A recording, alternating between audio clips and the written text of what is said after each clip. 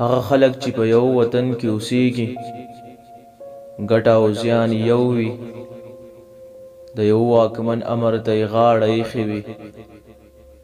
له یو بیرغ لاندې راټولیږي او مشترک تاریخ لري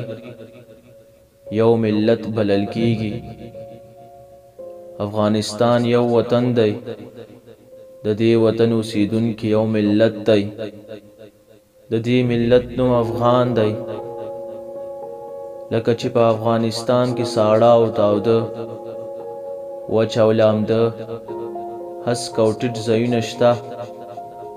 چې ځینو کې یو راز غلې او میوې کیږي په ځینو کې بل راز په ملت کې هم راز راز خلک شته چې کړه وړی یو له بله ځینې فرقونه لري مونږ ته پکار دي چې په دې خبره ښه ځان پوه کړو چې وطن هغه تنګ او کوچنی کور نه دی چې د یو پلار او یوې مور اولادونه به پکې استوګنه لري او نه هغه کلی دی چې ټول ایسودونکي به یو خیل یا یو قوم وي په دې اوسنۍ زمانه کې اوس ځینې داسې کورونه هم شته چې یو مسلمان پښتون له یوې روسۍ یا امریکایي میرمنې سره پکې اوسي